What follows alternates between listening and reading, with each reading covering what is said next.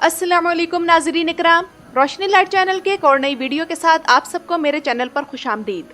मेरी आज की वीडियो अल्परसलान बुयुक सेल्जुकलू और सलाहुद्दीन अय्यूबी ड्रामा सीरीज़ के बारे में है, जिसमें आप लोगों को इन दोनों ड्रामों के बारे में जो लेटेस्ट न्यूज़ हैं वो दी जाएंगी।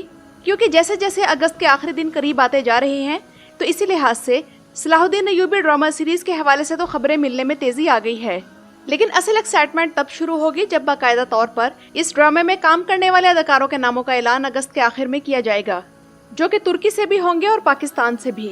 बहरहाल पाकिस्तान से तो चंद अदाकारों के बारे में खबर मिल चुकी है कि वो कौन होंगे, और तुर्की के अदाकारों के इस ड्रामे में शामिल होने के बारे में भी एक अहम खबर आज की इस वीडियो में आप लोगों को मिलेगी। इसके अलावा आप लोग जानेंगे कि इस ड्रामे की कहानी क्या होगी और किस दौर से अय्यूबी ड्रामे का आगाज दिखाया जाएगा। इसके अलावा अय्यूबी ड्रामे के हीरो योगर गणेश के हवाले से भी एक खबर आप लोगों की मुंतजिर है, और अल्परसलान ड्रामे के हीरो बारिश आरदूज के हवाले से भी एक खबर आप लोगों को दी जाएगी। तो आइए चलते हैं अपनी वीडियो की तरफ। तो पहली खबर यह है कि योगर गणेश को इटली में बेहतरीन अदाकार का अवार्ड मिला है, और ये अवार्ड इन्हें इनके ड्रामे बिर ज़िमानलार शुक्रुआ में अदाकारी करने पर मिला है।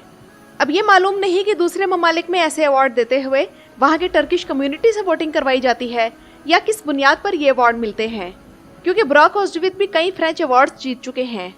तो योगर गणेश के हवाले से पता नहीं इस खबर पर हमें क्या रिएक्शन देना चाहिए। आप लोग कमेंट्स में बताएं कि इन्हें ये अवार्ड सही मिला है या नहीं। और जहाँ तक देरुल शर्तुल में तुतकिन के किरदार का ताल्लुक है, तो वो किरदार तो इस अदाकार ने अच्छी तरह परफॉर्म किया था। एक सही गुस्सैले नौजवान का किरदार जिसे अदा करते हुए इसकी गोकचे के साथ केमिस्ट्री भी बहुत अच्छी थी, और इसकी मौत ने हमें दुखी भी किया था।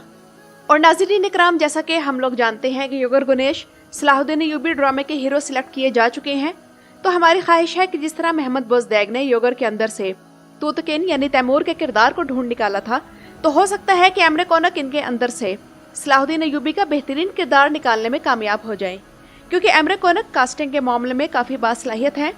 लेकिन ज़ाती तौर पर मेरे ख्याल में सलाहुद्दीन अय्यूबी का किरदार उमर अताबे या फिर ओयनिश बुयुक सेल्जुकलू के संजर को मिलना चाहिए था, क्योंकि ये इस किरदार के मामले में बेहतरीन रहते।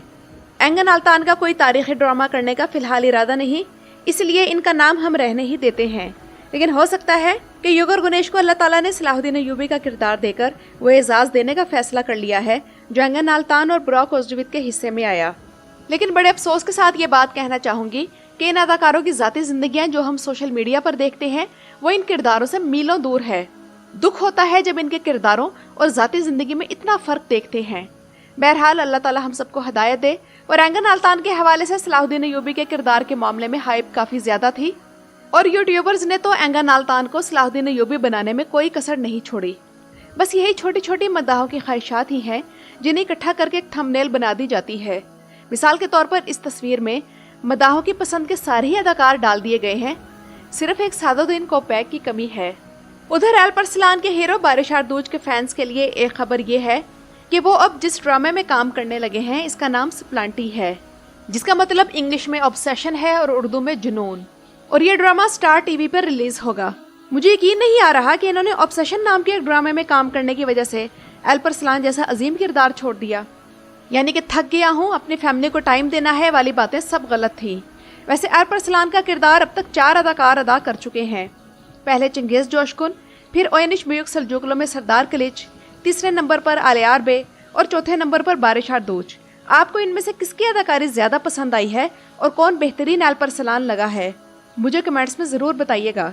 मेरी राय में तो सरदार किलिच और बारिश आरदूज दोनों ही बेहतरीन अल्परसलान थे, लेकिन सरदार किलिच दोबारा अल्परसलान इसलिए नहीं बन सके कि वो अपने ड्रामा सीरीज सर्वाइवल में बिजी थे।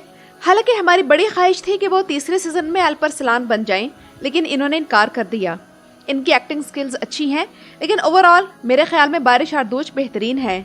शायद इन्हें परफॉर्म करने के लिए वक्त ज़्यादा मिला है इस वजह से, लेकिन मेरे ख्याल में वोट बारिश आरदूज को ही मिलना चाहिए। और आप लोग ज़रा नोट करें तो सरदार किलिच सलाहुद्दीन अय्यूबी किरदार के लिए भी बेहतरीन थे। इनकी अदाकारी में वो फील है जो किसी भी तारीखी किरदार के लिए ज़रूरी होती है। लेकिन अफसोस की बात यह है कि ये सलाहुद्दीन अय्यूबी की जवानी का किरदार नहीं कर सकते थे, क्योंकि इनकी उम्र ज़्यादा थी, वरना शायद एमरे कोनक इन्हें ही कास्ट कर लेते। और अब चलते हैं नाजरीन इकराम सलाहुद्दीन अय्यूबी ड्रामा सीरीज़ की तरफ। और इस ड्रामे के हवाले से आप लोगों के लिए पहली अच्छी खबर ये है कि सुनने में आ रहा है कि अल्परसलान सीरीज़ के काफ़ी अदाकार अय्यूबी सीरीज़ को ज्वाइन करने वाले हैं। اور اس حوالے سے پہلا اداکار جو ایوبی ڈرامے کے لیے لیا جا چکا ہے اور اس حوالے سے کنفرم بھی ہو چکا ہے وہ ہے الپرسلان میں افشین بے کا کردار ادا کرنے والا جنگجو۔ یہ اداکار سپاہی ڈرامے میں کام کرنے کے لیے الپرسلان کو چھوڑ گیا تھا، لیکن پھر ہم نے سنا کہ سپاہی ڈرامہ جو کہ فلاپ ہو گیا تھا اور بند کر دیا گیا تھا، تو اس کے بعد افشین بے دوبارہ سے الپرسلان میں انٹری دیں گے، لیکن آخری 2 قسطوں سے پہلے تک تو وہ نظر نہیں آئے تھے، تو ہو سکتا ہے کہ اس ڈرامے کی آخری 2 قسطوں میں ان کی دوبارہ انٹری ہو گئی ہو، کیونکہ یہ الپرسلان کے تاریخی جنگجوؤں میں سے تھے۔ تو بہرحال اب یہ ایوبی سیریز جوائن کر چکے ہیں، اور اس ڈرامے کے اور کون سے اداکار ایوبی سیریز میں نظر آئیں گے یہ ہمیں اگست کے آخر تک معلوم ہوگا، لیکن میری خواہش تو یہ ہے کہ الپرسلان کے خواجہ نظام الملک تو ضرور ایوبی سیریز میں ہو، اور اس سے بڑھ کر اگر یہ سلطان نور الدین زنگی کا کردار ادا کریں تو ان پر بہت جچے گا۔ اور ناظرین اکرام، دوسری بات سلطان نور الدین زنگی کے کردار کے حوالے سے میں کروں تو وہ یہ ہے کہ جس طرح دیرلش ارطغرل میں صرف ارطغرل غازی کے کردار پر فوکس نہیں کیا گیا تھا اور اینگا نالتان کی جاندار اداکاری کے باوجود کہانی ارطغرل غازی کے گرد نہیں گھمائی گئی تھی، بلکہ بامسی بے، ترگت بے، دوغان اور عبد الرحمن غازی وغیرہ کی بھی سائیڈ سٹوریز دکھائی گئی تھیں، تو ایسا ہی ایوبی سیریز میں بھی ہونا چاہیے۔ اور صلاح الدین ایوبی کے بعد نور الدین زنگی کا کردار سب سے زیادہ مضبوط دکھانا چاہیے، تاکہ مداحوں کو علم ہو سکے کہ صلاح الدین ایوبی کو ایوبی بنانے والا کوئی اور نہیں بلکہ نور الدین زنگی تھے، جو کہ صلاح الدین ایوبی کے استاد، چچا اور سرپرست تھے۔ کیونکہ یہاں اسی حوالے سے میں الپرسلان ڈرامے میں خامی کا تذکرہ کرنا چاہوں گی کہ سلطان طغرل کا کردار الپرسلان میں اتنا مضبوط نہیں تھا جتنا کہ ہونا چاہیے تھا، اور میرے ایسا کہنے کی وجہ یہ ہے کہ سلطان طغرل اس طرح جنگی مہمات پر نہیں جاتے تھے جس طرح الپرسلان کو دکھایا گیا تھا۔ اب اگر یہ کہیں کہ ڈرامہ الپرسلان کے بارے میں تھا تو آپ لوگ یاد کریں کہ اوینش بیوک سلجوقلوں میں خواجہ نظام الملک، سنجر اور ملک شاہ تینوں کو اہمیت دی گئی تھی، تینوں کے اپنے اپنے مشنز ہوتے تھے اور بڑی جنگوں میں یہ تینوں مل کر لڑتے تھے۔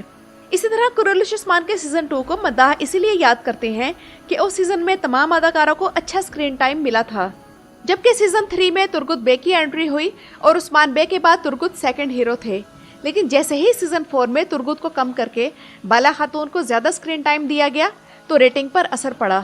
تو بہرحال ایوبی سیریز میں ان چیزوں کا خیال رکھنا چاہیے اور سائیڈ سٹوریز کو بھی اہمیت ملنی چاہیے۔